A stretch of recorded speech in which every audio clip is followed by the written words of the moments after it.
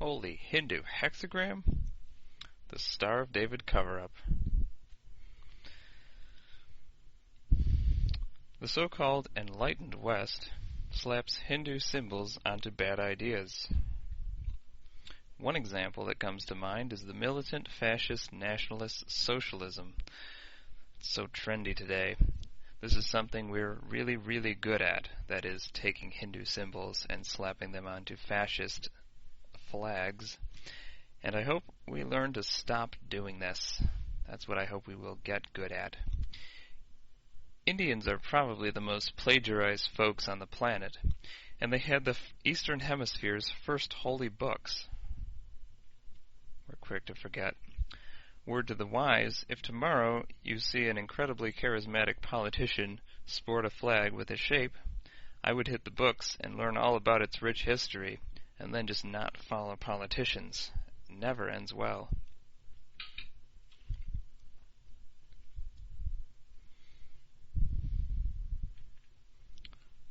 Get the picture?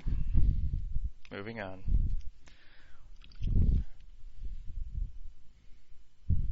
On Saturn. Astronomy, Saturn's Arctic hexagon. This seldom discussed phenomenon was discovered as late as AD 1982 by a space probe named Cassini, after a famous geocentrist contemporary rival of Newton. Yet astonishingly, the hexagram actually came to Eastern Europe as a Saturnian talisman, or amulet, in medieval times, as we shall see.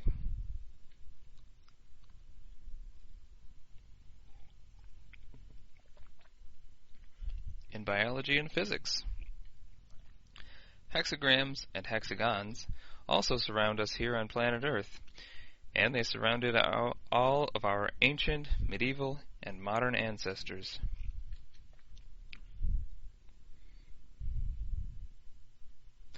In India, thousands BC, Part 1.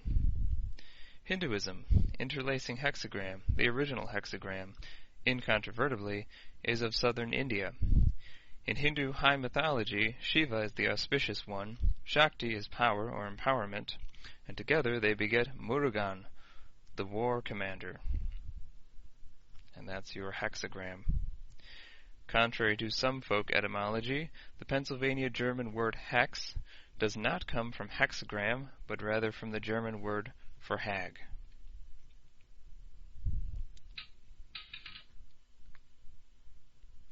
In India, thousands BC, Part 2. Yoga, hexagram with outer circle and 12 lotus petals, the heart chakra, anahata, the fourth primary chakra, according to all the main yoga traditions. In Sanskrit, anahata means unhurt, unstruck, and unbeaten. Anahata nad refers to the Vedic concept of unstruck sound, the sound of the celestial realm, which the ancients call ether. Anahata is associated with a calm, serene sound devoid of violence. Planets like Saturn make a sound that has been recorded in confirmation of ancient belief, and that was also by the Cassini probe. In fact, ether theory has a lot going for it, and general relativity, on the other hand, has a lot to prove, contrary to conventional teaching. My wish is that may this whole compassion and serenity business start catching on among those who wave a flag bearing this hexagram. Also, by the way, Vishnu, or preserver or savior, to our left here, literally penetrator, resembles the hexagram and seems to be the origin of the hexagram's Ring of Solomon association, a medieval Muslim feature which is actually going to predate its modern Shield of David identification, as we'll see. What be the Silk Road, my lord? The seldom discussed Silk Road was blazed in the 2000s BC, and Alexander the Great, in his eastward expansion, made it so that Indian silks, spices, ideas, and symbols that had trickled in began just pouring into the Greek, not to mention Hebrew world, especially from 329 BC, when he founded the first city founded the city of Alexandria Esgate, or Alexandria the Furthest. Let's remember also, Buddhist monks, missionaries came as far as Greece, perhaps not to Rome. As well, Rome never ruled India, so the next empire to rule India would be the Muslim Empire. This is why they are so big on these things and brought it to Europe. Speaking of Rome, ancient Rome, Saturn is the seldom discussed Roman god of the capital, reproduction, and farming, Satus being Latin for sown, and became equated with the Greek Titan, as opposed to Olympian, Kronos, god of time, and father of Zeus, with whom the Latin Jupiter was equated. At the time, Saturn was the most distant sphere people could see. From Saturn we get Saturday, and Saturnalia is Western Europe's predecessor of Christmas time, culturally speaking. And there are some other parallels. Okay.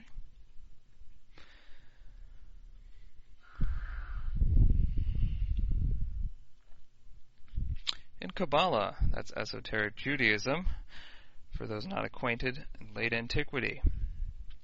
The Kabbalah uses the hexagram, arranging the 10 sephirot, or spheres, in it, and placing it on amulets, as you can see to the upper left, and that's according to the Jewish Encyclopedia 1906 edition. Note that the letter Tau is in the center of the amulet. Kabbalah is referred to as Western Tao, where Gnosis is Western Zen. From Pan-Abrahamic esoteria, this six-pointed mystery fad found its way into rabbinical Judaism, which likely had a lot to do with the Khazar patronage and monopolization of whatever there remained of Judaism north of Islamica from the 8th century onward. Kabbalistic magic is the source of the vast majority of Western European witchcraft, to include Masonry, with Antiochian magic at a distant second. And most of this sorcery is developed in Alexandria, Egypt, which, due to its vast library, served as the brain of AD Judaism and Christianity alike. Later, Prague, in today's Czech Republic, would become the capital of this so-called Inner Judaism. There's Madonna.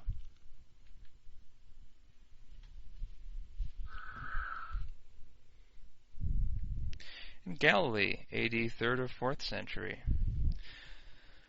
The synagogue at the abandoned ruins Tel Hum, it's actually Capernaum, the fishing village that hosted Christ's synagogue, whose name was later shortened to Nahum and then Hum, before becoming a ghost town, would eventually house an encircled pentagram and hexagram.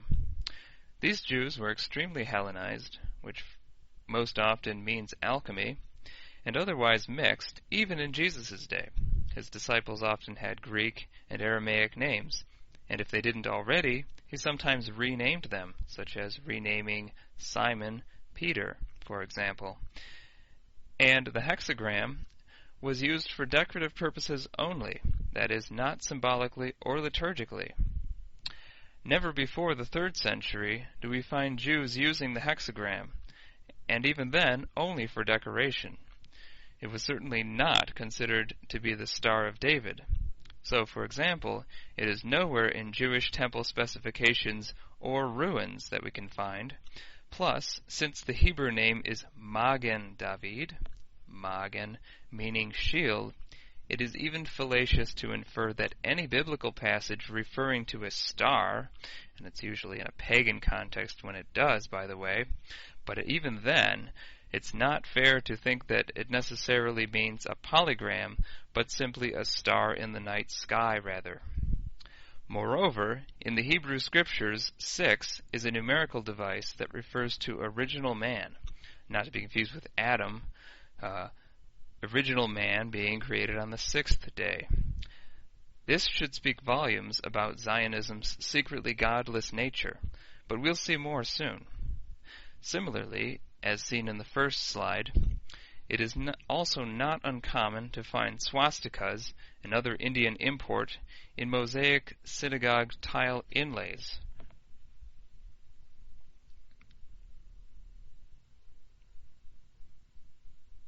And in the case of swastikas, we are talking about the Holy Land. We're not Syria. And now we're looking at Syria here. This is in Khazaria, Inception Unknown, Part 1. Damascene Metallurgy, original date unknown. Hexagram with small inner circle, meaning proved, in the sense of tested. The seldom discussed yet historically crucial Khazars famously hired out their notoriously savage and unscrupulous mercenaries throughout Europe. They were almost as bad, in fact, as the later Crusaders, LOL. Hence, since the forging of swords was a prized industry throughout medieval Khazaria, and Damascus was famous for its hexagram quality swords, so much so that still today, US and UK military put the hexagram on swords, though these are no longer forged in that far-off birthplace of urbanization. In Khazaria, circa AD 650 to 1048, Part 2. Khazaria, hexagram outline with inner quadrants. The Khazars converted to some kind of, quote, Judaism, perhaps as early as 740 AD, in a bid for political neutrality. But funny things happened along the way. The number 6 and the letter G are associated with the male member, as in the obelisk, but especially the rounded Khazarian obelisk and tower pictured above. Their ancestral religion was the Turkic phallus cult. Indeed, the Turkish city of Karabiga is the only city on earth that used to be called Priapos, or Priapus in Latin, after the Greek god of male genitalia, kind of a rural version of Saturn, since both are associated with all fertility from agriculture to human reproduction. Phalli and obelisks seem to go hand in hand with base worldly magic and worldly control, such as in ancient Egypt and many important church and state centers of Western power, from the Renaissance banking takeover onward. And we'll see more in the Aleister Crowley cult, very influential in rock music. The pattern suggests that the Khazars have learned more from Pharaoh and from Hitler and that type of people than from their spiritual organ donors, the Israelites.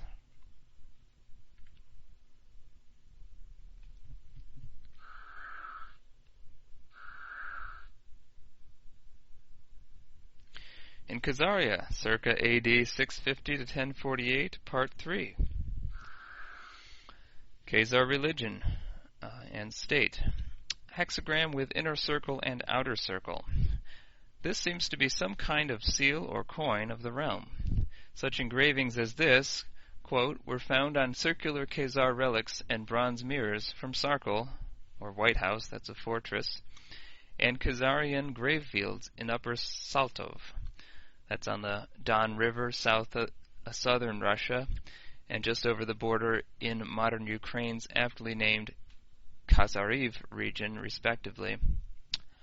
However, rather than having been made by Orthodox Jews, these appear to be shamanic sun discs, end quote. That's according to the Jews of Khazaria by Kevin Allen Brooke. The Khazar sun symbol was the original Star of David. Fancy that. Please note that the only way to stay Jewish during these centuries was to do it the Khazar way. And so unorthodox was that way of Judaism, they ended up as part of a sect known as the Karaite Jews, a sort of Bible-alone theology within Judaism, that you actually don't find hardly any rabbinical Jews, much less the remaining actual Sadducees, writing to or about them.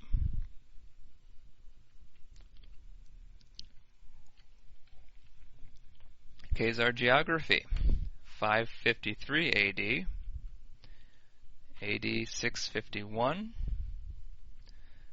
653, 671, 731, 914, 966, and here we have the migration patterns. You can pause this at any time, take a look.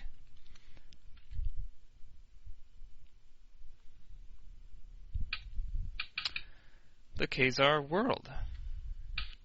It's a noble, mercenary, cavalryman, king, and Kagan, or high priest.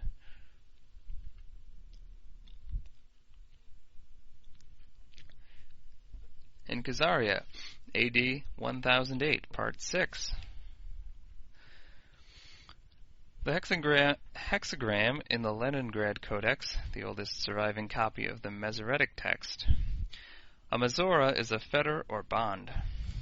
The MT, which the Dead Sea Scrolls have shed a lot of light on, turns out to have been a restrictive, biased, and mind-controlling compilation sponsored by Khazars at the height of their clout, with the agenda of consolidating the rabbi's power by dispelling the claims to legitimacy laid by Christian and perhaps Muslim clerics, by delegitimizing, in the eyes of the common Jew, Jesus's and perhaps Muhammad's otherwise plausible fulfillment of certain prophecies. Though arguably the Christian case and probably the Muslim case was never quite airtight in a linear or literal sense, but it has proved nonetheless appealing to many in a mystical or spiritual sense. As a side note, the Hungarian Ashkenazi in particular are unabashedly Khazar, and it is another seldom mentioned fact that among Hungarian villagers and not Transylvanian nobles, that serious accounts and professional attestation of vampirism did occur in the 19th century, with all the stereotypical bells and whistles, obviously beyond mainstream science, but I wouldn't rule out military intel. And this is, see the writings of Jean-Jacques Rousseau.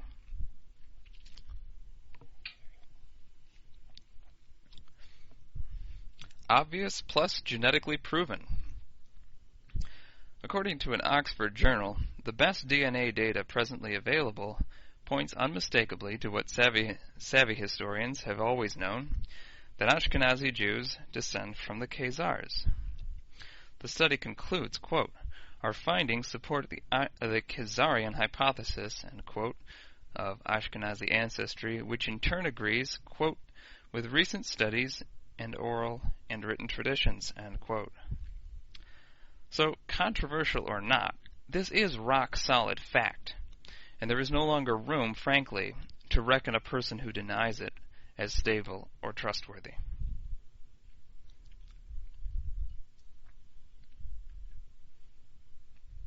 And here we have the perhaps hypothetical Merlin's Circle.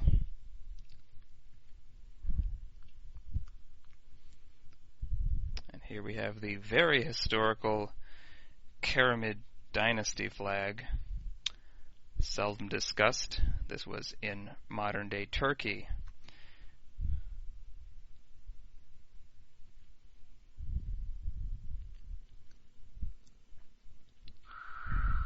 And here we have some Christian uses in Eastern Europe in medievality. Macedonian Orthodox Christianity, hexagram outline with Christ triumphant, Eastern Orthodox icon containing Christ returning as all judge or Pantocrator. Detail of an icon at St. Nicola Church in Kruševo, Macedonia. Note the masculine and feminine hands holding the hexagramic icon. Balancing masculine and feminine, which the hexagram does, is a clear theme of in Christian temples, that's churches, often in the form of Jesus and Mary, who are often depicted with squared and round shapes respectively, whom, interestingly enough, the Quran claims are the only two human persons untouched by evil. In fact, the 19th century Roman Catholic dogma of Mary's Immaculate Conception, that's around the same time as they came up with papal infallibility actually, is a very Muslim one. And as we'll see, the Judeo-Islamic mystical sensibilities exert great influence on post-Reformation Roman Catholic Christianity via the Jesuits and also the Barefoot Carmelites. Interestingly enough, the Antiochians or Melkites are the most Jewish, or in the sense of Sephardic Christians, and Russians would be the most Khazarian or Ashkenazic Christians.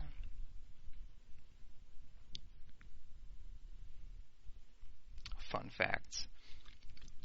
In Western Europe, High Medievality, Part 1. Occultism, interlacing hexagram with outer circle. Again, your standard Saturnian talisman with similar pentagram, that's pentacle.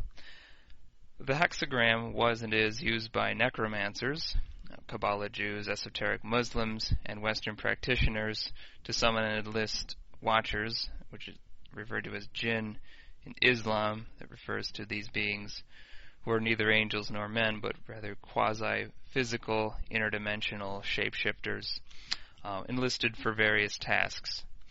The shapes they bear are often called magic circles, and are drawn on the ground or floor with Hebrew or other arcane letters for the purposes of Abramellian or Key of Solomon type labors.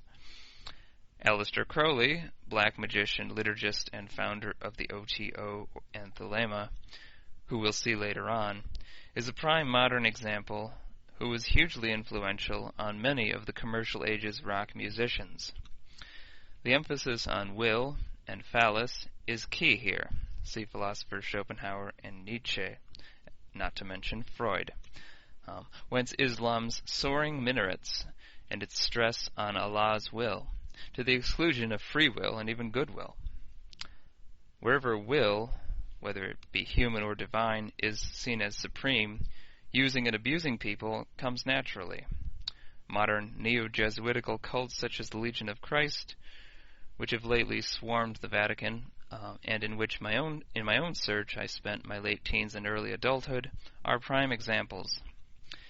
If you sincerely seek a true religious path of peace, please consider Jainism over these faiths that are in such deep denial as to call themselves religions of peace, while allowing and even encouraging bloodbaths. And by every body count, the bloodiest religion would be communism.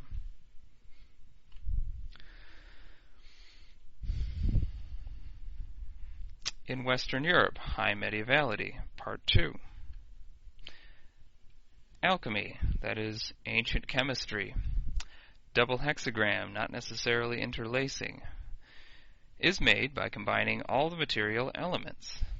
In Rosicrucian and Hermetic magic, this is a quote, the 7 traditional planets correspond with the angles and the center of the hexagram, in the same patterns as they appear on the Sephirot and on the Tree of Life.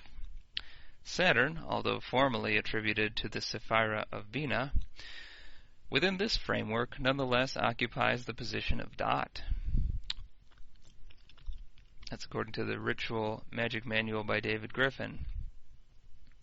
In review, the best sources tell us that the hexagram represents not the Jewish menorah or the Birkat Kohanim, just some of the lies I'm aware of being used to keep true Jews quiet in the Anglophonic world.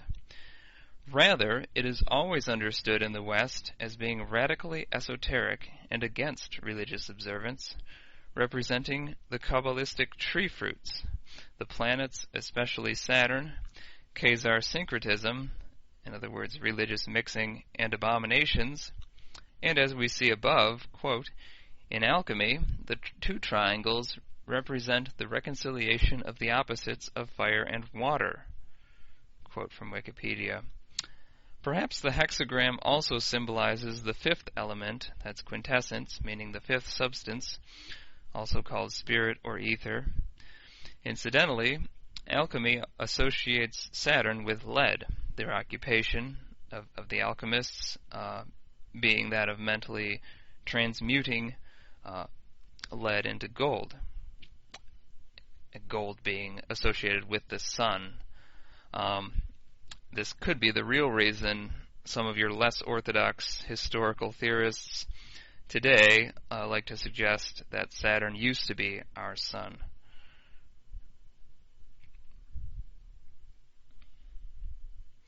In Western Europe, late medievality, Part 1. Alchemy, it is again ancient chemistry. Hexagram, taken to mean the seal or signet ring of Solomon. There's your Arabic. Let me take a crack at that. Khatim Sulaimani. Close enough, right? Also, Vishnu, or preserver or savior, literally penetrator, to our right-hand side, again showing the Indian origin. Even if the hexagram had signified David, there have been no disinformation attempts, to my knowledge, to associate it with Moses or any Messiah figure. Solomon being the temple builder. But the Moses or Messiah figure is what Herzl and Zionism style their sort of mythos after. But for the, for anything like that, we're forced to look eastward to India. So again, even the recasting of the Star of David is still of an ancient Indian mindset, fascinatingly.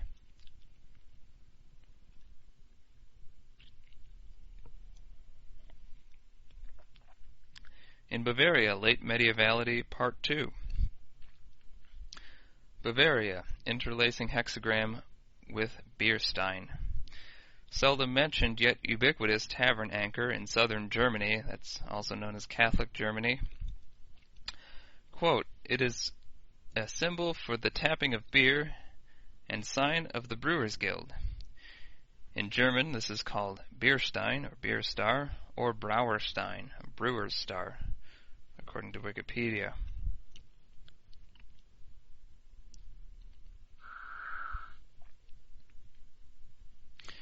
In Germany, Late Medievality, Part 3. German cathedral architecture. Hexagram with outer circle. See also Saturnian talisman from earlier. This is the steeple of the Marktkirche in Hanover, Germany, or Market Church. On European coats of arms, badges, and flags, i.e. heraldry, and later on the first pages of books, which of course Germans were the first in publishing unless we count the Chinese, a hexagram is a fairly common charge employed, though it is rarely called by this name. In Germanic regions, it is known simply as a star. In English and French heraldry, however, the hexagram is known as a mulet of 6 points, mulet being French for a spur rowel. That's the pointy part of a spur worn by knights and later cowherders, which is shown with 5 points, 5-pointed arms by default, unless otherwise specified. So in Central Europe, in other words, when they think of a star, it has 6 points, while for most English speakers, we tend to doodle stars with 5 points, generally by default again. Not without exception. Okay. Please note the Luther Rosy Cross seal on the flag. This is known as Luther's Cross. There is much more occultism in Protestantism than we often give it credit for, and this may help us comprehend why their persecution of witches proved to be the most enthusiastic of anyone's. Unenlightened magicians simply cannot abide competition, see the Rockefellers, and Protestantism has always been a kissing cousin of Rosicrucianism and Freemasonry. Martin Luther, ever the medievalist and narcissist, wrote in his book, The Jews and Their Lies, out of frustration, that he did not see any indicators that the Jews were ever going to convert, even to his pristine version of Christianity. LOL. Hilarious character. Oh, so many issues. Who decides what's enlightened? Speaking of Bavaria, the infamous 1776 Bavarian Illuminati, or self-proclaimed enlightened ones, and the French Enlightenment movement, the Catholic Encyclopedia points out that, quote, the spirit of the Illuminati, end quote, was actually spread abroad faster, I'm just paraphrasing them because they're so wordy, thanks to persecution by the Pope and the Elector of Bavaria. This was 3 years after the Jesuits were suppressed, quote-unquote, forever, in all Catholic countries, and only Prussian Protestant and Russian Orthodox Christians kept them around at this point. The Russian state banished them in 1820 under Orthodox clerical pressure.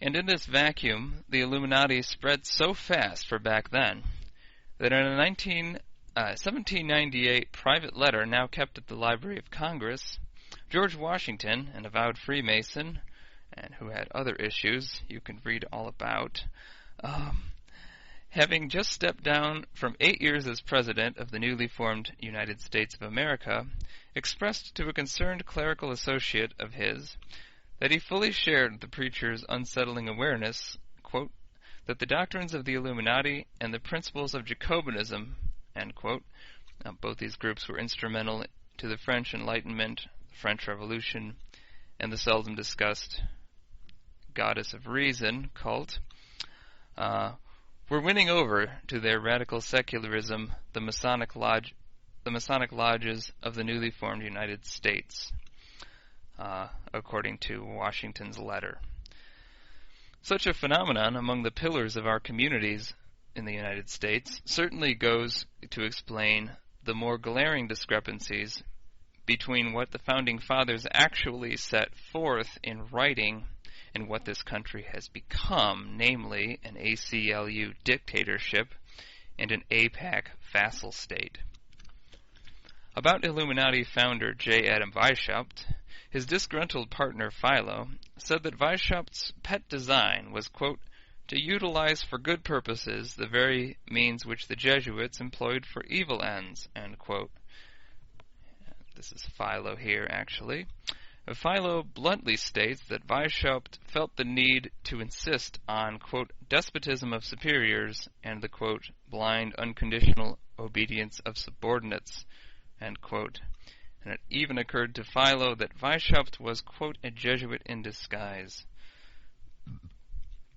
We can't help agreeing that anyone whose idea of good leaves no room for freedom is a pathological elitist who regards you and me as livestock and deserves to be shunned early and often. Just a close-up of the Goddess of Reason cult in France. Note how the windows, I don't know if you can see it with this quality of image, but the windows are actually filled in with masonry bricks. It's a church that they've converted, obviously. Okay. Next, please. But the ties that bind the Jesuits, the Illuminati, and the so-called Enlightenment movement, however, run much deeper. Because 250 years earlier in Spain, Ignatius of Loyola and his 6 companions founded the Society of Jesus, or in Spanish, La Compañía. That was in 1534. 6 years before that, Ignatius had been charged by the newly formed Spanish Inquisition for fraternizing with Los Alumbrados, which is Spanish, where Illuminati is Latin, both just meaning the enlightened ones. Authorities have always considered that the overwhelmingly Iberian spiritual impetus behind the Catholic Counter-Reformation, Ignatius of Loyola, Teresa of Avila, John of the Cross, had an overpoweringly, that's the key word, Judaist, Islamist taste to it.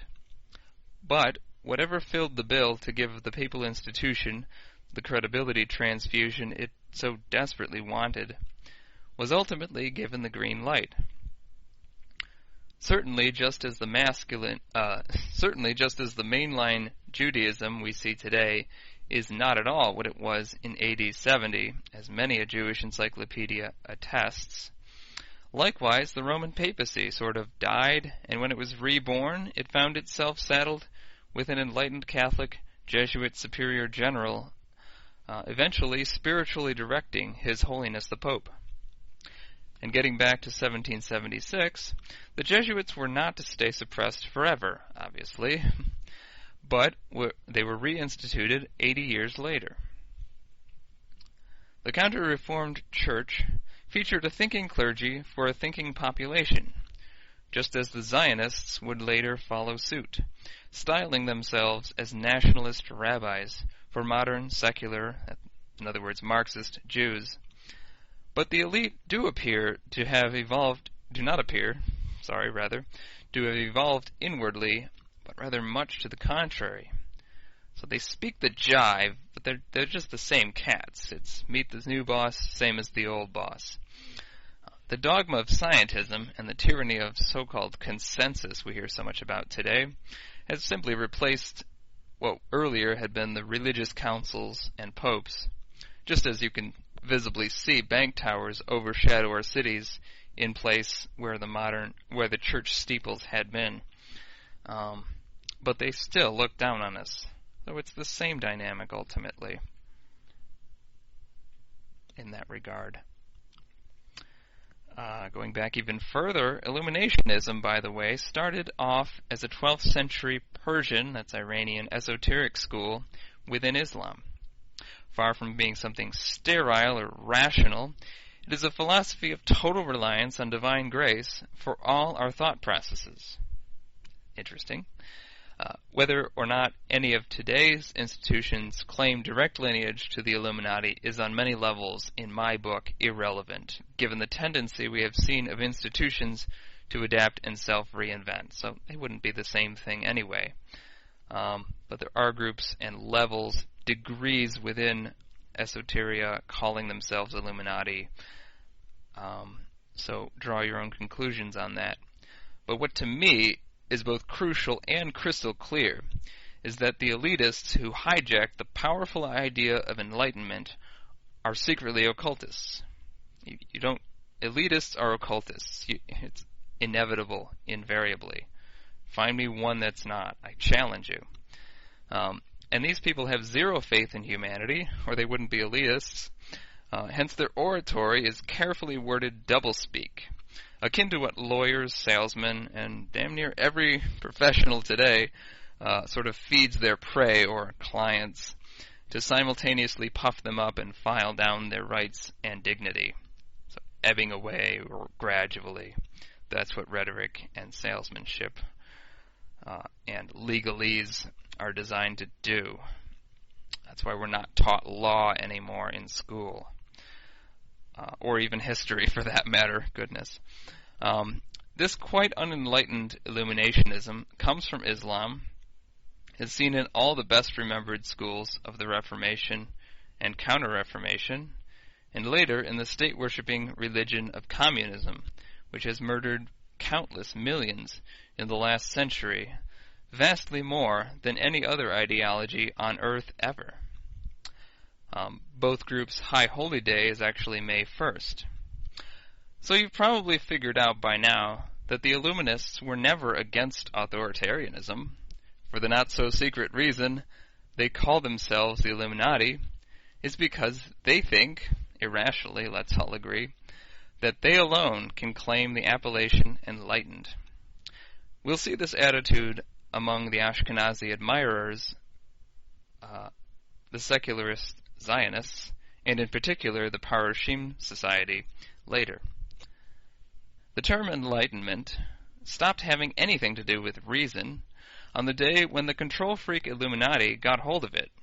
That is, 1776. You want to wonder why would a so-called order of light need to work under cover of darkness? Answer: they are the self-chosen people. Therefore, they would regard you and me as cattle. With this understanding, everything we see in our world today can be richly illuminated indeed.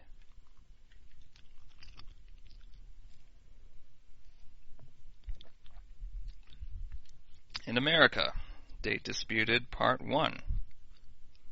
The reason the date is disputed, I think, is because nobody talks about this pre-Washington president that we had. United States of America, implied hexagrams with large outer circles. The Great Seal and reverse of the U.S. $1 bill, which, as of 1913, actually is not printed under U.S. auspices, but by the so-called Federal Reserve, a private for-profit corporation that has shown prodigious skill in wiggling out of congressional auditing any authority or true oversight. As you can see on the center circle above, it spells Mason, M-A-S-O-N, if you connect the dots that are connected by the red lines that were superimposed, which is not actually part of the seal, using the first and last letter of each line with the central letter of the bottom line. The original designer was actually President John Hanson, George Washington's seldom discussed predecessor.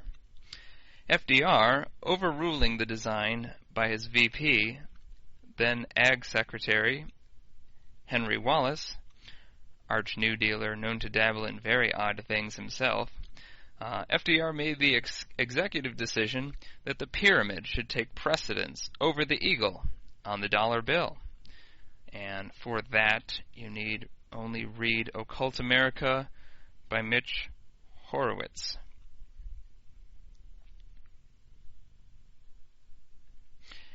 In America, AD 19th century, Part 2. Hexagram or pentagram, with inner circle or without, worn by U.S. sheriffs and marshals.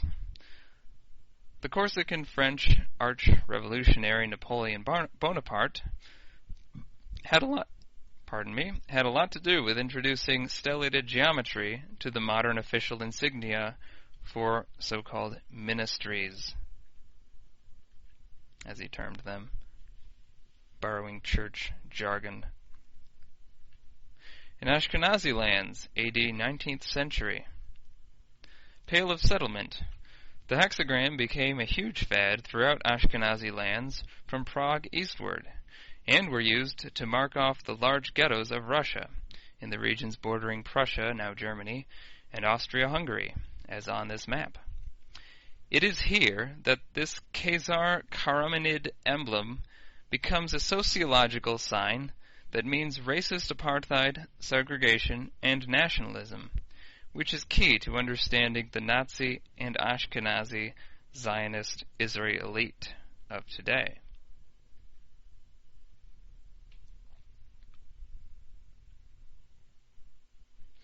In Northern Africa, AD 1873 and 4.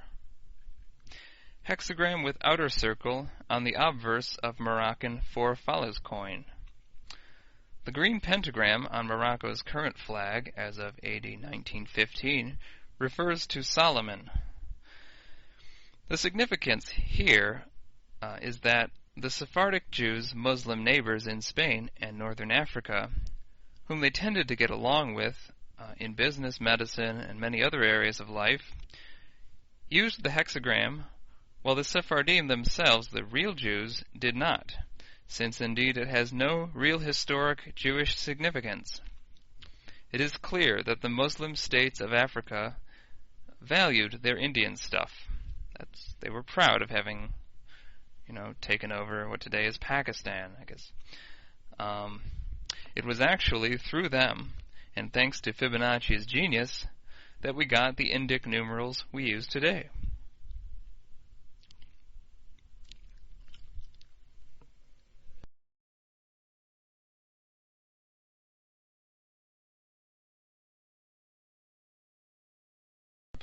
Late modernity. Masonry, Theosophy, and Rael. Composite interlocking hexagramic symbols. Masons almost always defer to Muslims, and this is no exception. They are the only two groups, in fact, that's Mohammedans and Masons, who insist that hexagram is the Star of David, contrary to the historical record and the traditions of observant Jews and scholarly Jews. Many Raelians are vying to rehabilitate the swastika. The symbol, initially used by the Raelian movement, since it resembled a hexagram with the image of a swastika embedded in its center, caused quite a stir when the group proposed to build the Raelian embassy in Israel. Rael's Elohim voices then told him to propose building the embassy instead in Lebanon. Note, the increasingly known Ordo Templi Orientis have Illuminati as a level of initiation within their hierarchy. They're just one example. This is a side note. Why, oh why, is the graduation cap called a mortarboard? Mortar, referring to bricks, referring to masons.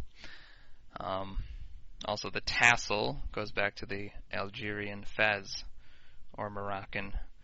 So, draw your own conclusions on that one. I got nothing.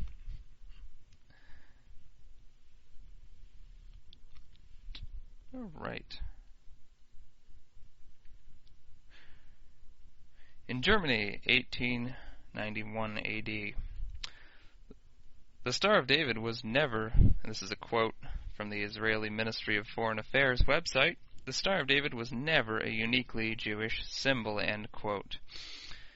And here's a quote from Dr. Henry Abramson, who will soon be the Dean of the Lander College of Arts and Sciences. He says, quote, "The Star of David was not a traditional Jewish symbol for about another 800 years after the Khazarian Empire. It is quite likely simply a pagan symbol of that time." Theodor Herzl, the undisputed yet seldom mentioned founder of Zionism, first sketched this Zionist flag in his diary. The design was proposed in 1891. Noteworthily, he does not refer to the hexagram as the Star of David.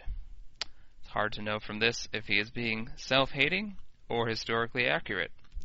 But judging by the rest of his diary, which is to say the least controversial, and to be really blunt about it, is anti-Semitic to a Nazi degree, my money's on the former. Note, Herzl called it not Israel, but the Jewish state, since he had no religious motives, and if he had his druthers, would have established it in the much more germane colony of Argentina. Germane is a pun, by the way. Who decides who's Jewish?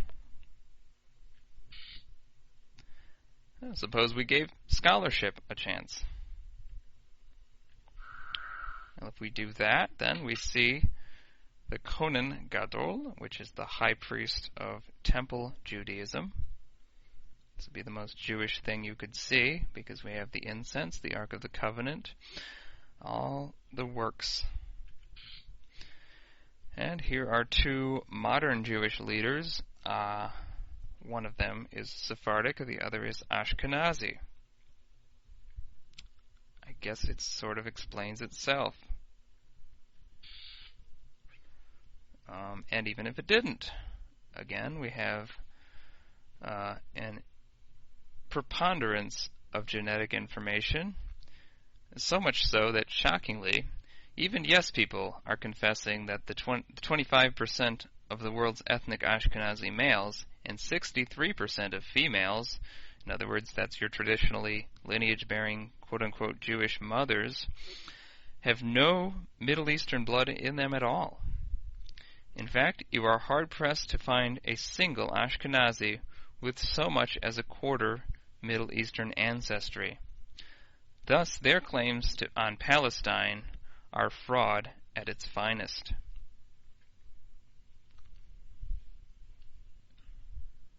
Here again, the migration patterns for your reference.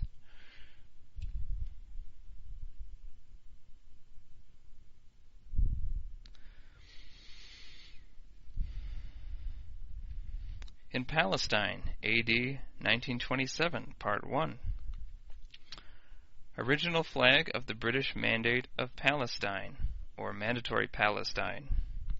As you can see, I have to point this out, the sloppiness of the design and also of the borders. very, very much indicative of a declining empire's sensibilities, or lack thereof.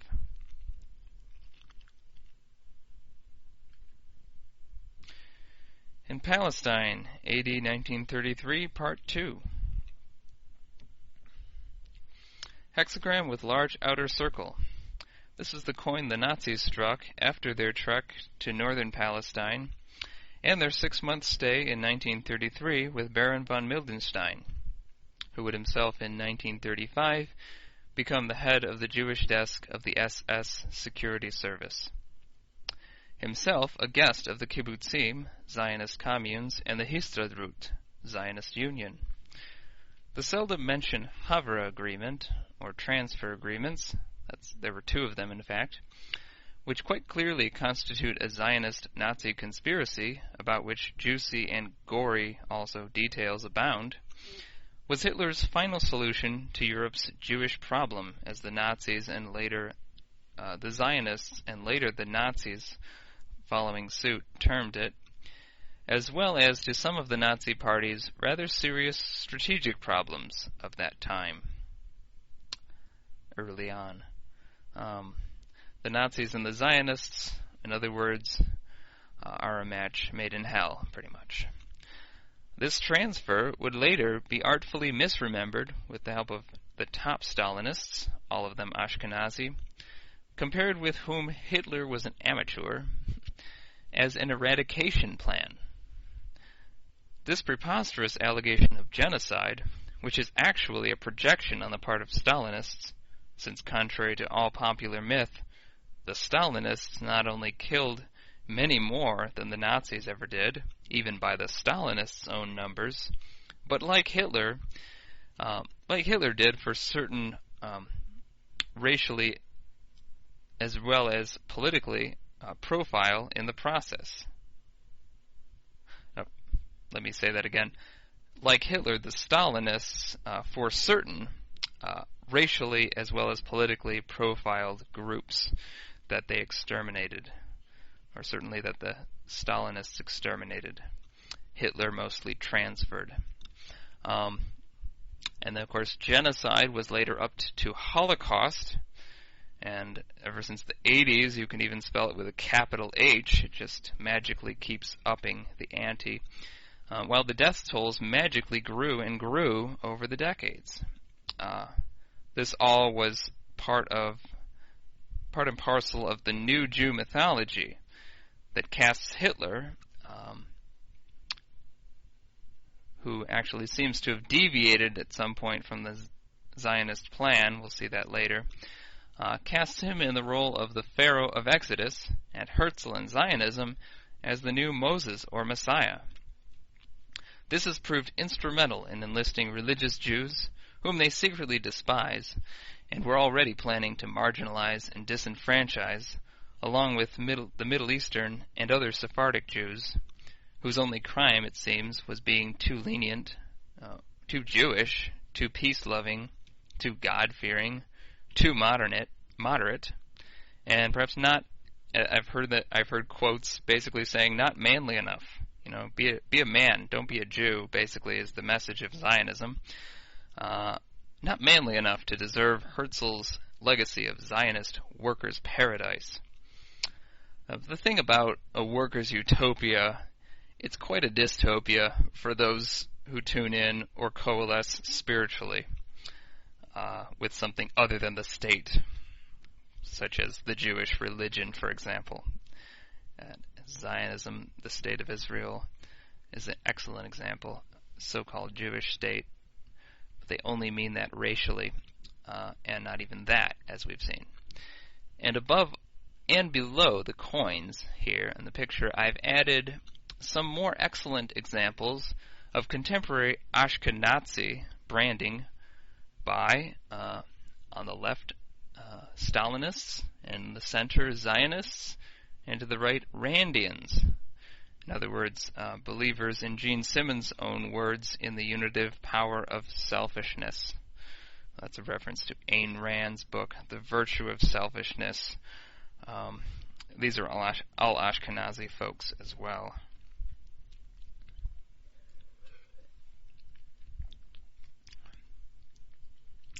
in Central Europe from AD 1933. Having instituted concentration camps and signed the Havre Transfer Agreements, 1933, to Shanghai Jews to the sands of Palestine, and having stripped all Jews of their citizenship, 1939, Adolf Hitler's administration obliged Jews to brand themselves with yellow-filled hexagramic badges, with faux Hebrew letters that spelled Jew in German and other languages, 1939, in keeping with a medieval Catholic custom for the, quote, protection of Jews and also Muslims. They would do this too, or for, I guess, as they saw it, or said they saw it. They also had them register/surrender their weapons, 1938, and go to the ghettos in 1939, and then on to the concentration camps. By the way, Auschwitz began, I think, in 1941. This is key. Throughout modernity, the hexagram represents Jewish zoning and ghettoization, beginning with the Pale of Settlement of the Ashkenazi of Eastern Europe, continuing under Hitler, and presently under the Zionists, who try to oblige all Jews to abandon their nations of residence and their religion to live in the socialist, Khazar-run terrorist. If you don't believe they're terrorists, just go ahead and search the Lavon Affair and the USS Liberty. State of Israel. The Nazis' soulmates is pretty much what they were and are. In Poland from AD 1933, Part 1. In fact, as an alternative to the yellow stellated badge, in 23 November, Hans Frank, who was Hitler's half-Jewish lawyer/general governor, who admitted in a dying note that Hitler had been a quarter Jewish, ordered all Jewish Poles above the age of 11 in German-occupied Poland, because remember the Stalinists occupied the other half and invaded it at the same time, keep forgetting. So Hans Frank obliged the Jews under his command to wear these seldom mentioned white armbands. You can see this young man handing them out with a blue Magen David on them. That's the shield of David. This flies in the face of all official narrative, and yet it offers another glimpse into how closely the Zionists and the Jewish Nazis were collaborating at this time. Not to mention, of course, the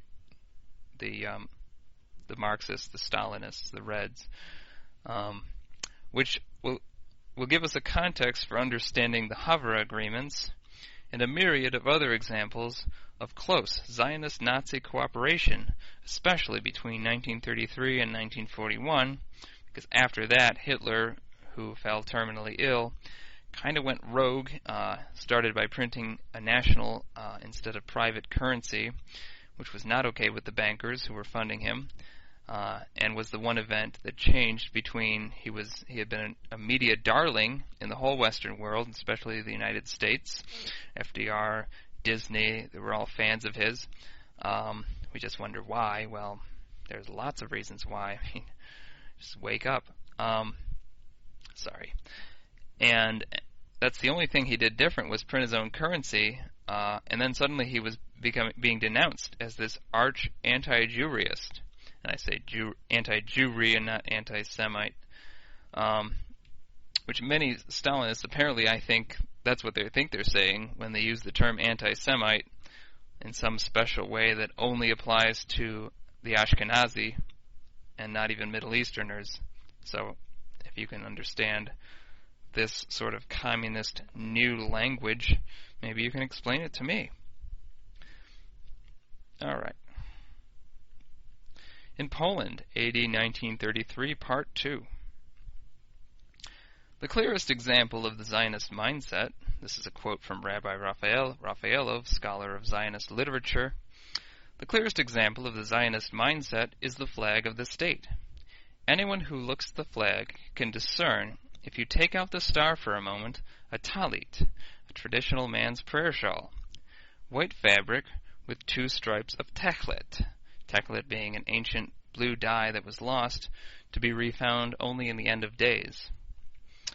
A talitot, all talitot, there we go, have stripes except for Sephardic Jews, that is, all Middle Eastern Jews, for example. So in every respect, the flag sends an anti-Jewry, Ashkenazi-only message. And these stripes can be either blue or black. To them being the Ashkenazi, the tachlit symbolized redemption of the people of Israel. That was what they wanted. Here we've come, to the land. Exile is over. We've come. We've come back to our roots. We're reunited. We're here. That was the tachlit. And I just insert here, I trust the supreme irony of the notion of ethnic Ashkenazi, quote-unquote, returning to Palestine is lost on no one. Another point that is also very important, Rabbi continues, it tells a message to the Jew.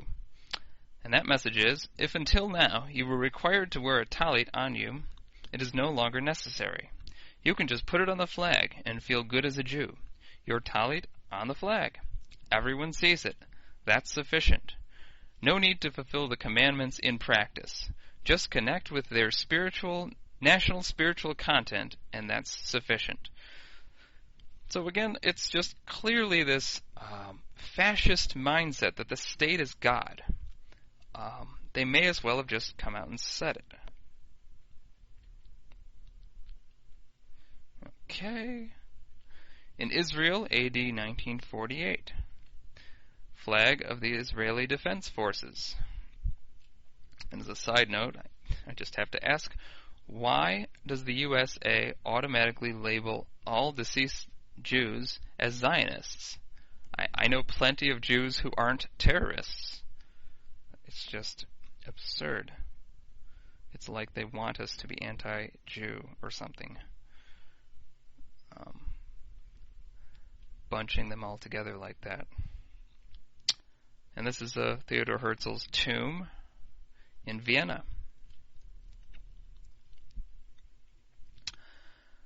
Now, other secret societies try it out.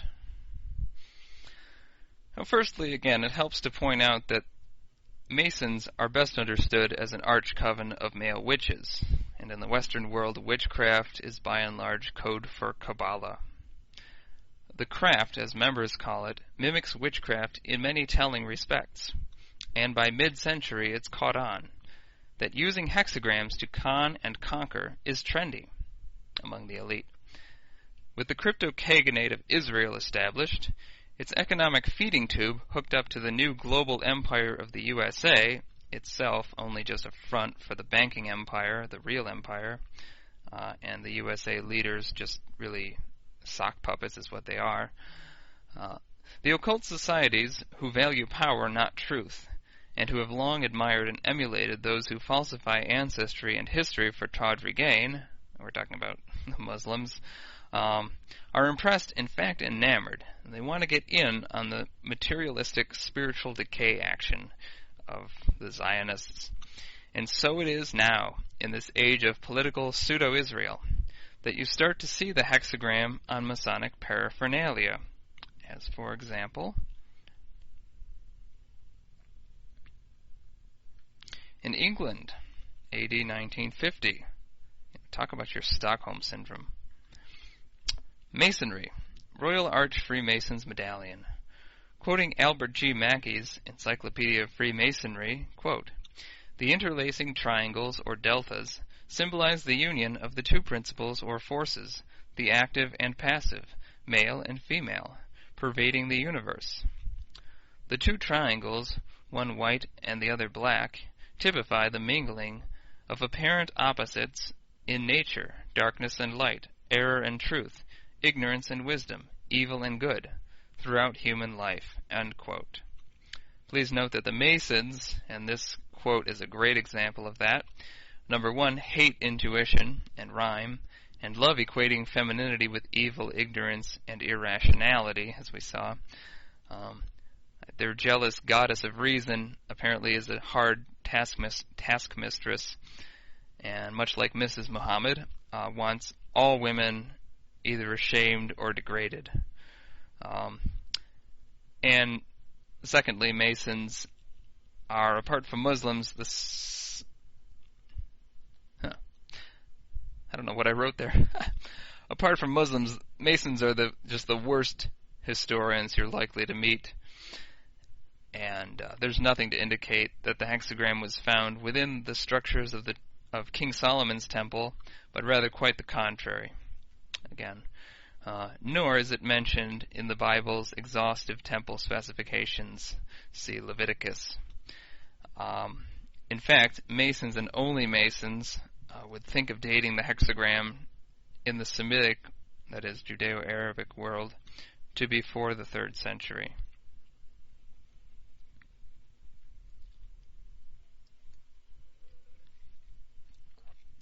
In Ireland, AD 2008, we got the Walmart thing, because that was also 2008, but obviously not in Ireland, that was in Ohio, or wherever they're headquartered now.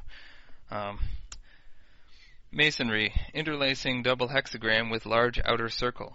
The Baden-Powell Royal Arch Chapter insignia of Irish craft masonry, which has been trendy as the Irish have drifted from Roman Catholicism, due apparently to exhaustive abuse, whose effects are then compounded by poorly veiled media enthusiasm, reporting caustic gossip prematurely, etc.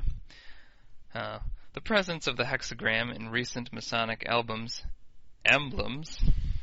is highly suggestive of infiltration by the Parashim Society in the occult power players of the British Isles that has intensified since the establishment of the Ashkenaz Zionist State of Israel. That word is trademarked, by the way. I'm just kidding. In Digitalia, AD 2010. Facebook. Covert tilted hexagram with large outer circle. Facebook's once secret encyclopedia that appears to be inscribed with on the blue lining inside the inner circle's hoodies. This was revealed to the world at a seldom mentioned Wall Street Journal WSJD Live conference, in which a visibly surprised and unguarded Mark Zuckerberg had become extremely uncomfortable with the questions being posed to him and reluctantly removed his hooded sweatshirt, revealing the above insignia. By the way, he removed it because he was sweating, not because he was going to fight them. It says, making the world open and connected. And my thought on this is, wouldn't it be great if the deep state got a Facebook account and posted all of their nude pics of their operations and plans on it?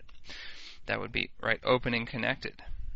The way I think, well, all I can say is, thank God that for every Mark Zuckerberg, there's an Edward Snowden. My summary. The overwhelming evidence says that the hexagram, contrary to its common English language nickname, originates only in India and never stood for any ancient king of Israel.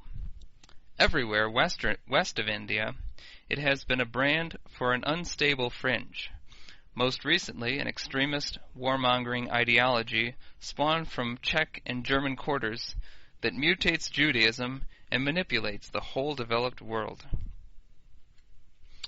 The hexagram is a beautiful and meaningful shape, let's not forget. The problem that needs exposing and denouncing is precisely the way in which it was stolen and desecrated by the same crazies who stole and desecrated the name Jew. True enlightenment is diametrically opposed to force. Terms like enlightenment and symbols like the hexagram need to be redeemed and rehabilitated to their truly human and, I dare say, divine purpose. About race and ethnicity. Just a few notes for your consideration. According to the Bible, all humans must be Semitic, that is, descended from Shem, who lived in 2568 BC. Not all ethnic Jews or Jewry are religious Jews, that's Judaism, nor vice versa. Conversions and intermarriages are a constant historical fact. Statistically speaking, most humans are children of Abraham, who lived in 2000 BC, more or less, with the possible exception of some isolated tribes. There is nothing enlightened and everything animalistic in the overt sexism and racism that a good old boys club or a chosen people's state blatantly implies. Enough with the fascism and enough with these powerful secret societies running our lives. Let universal freedom and brotherhood and sisterhood ring. Aum and Amen. Peace, Shalom, Namaste, Jai Jinedra.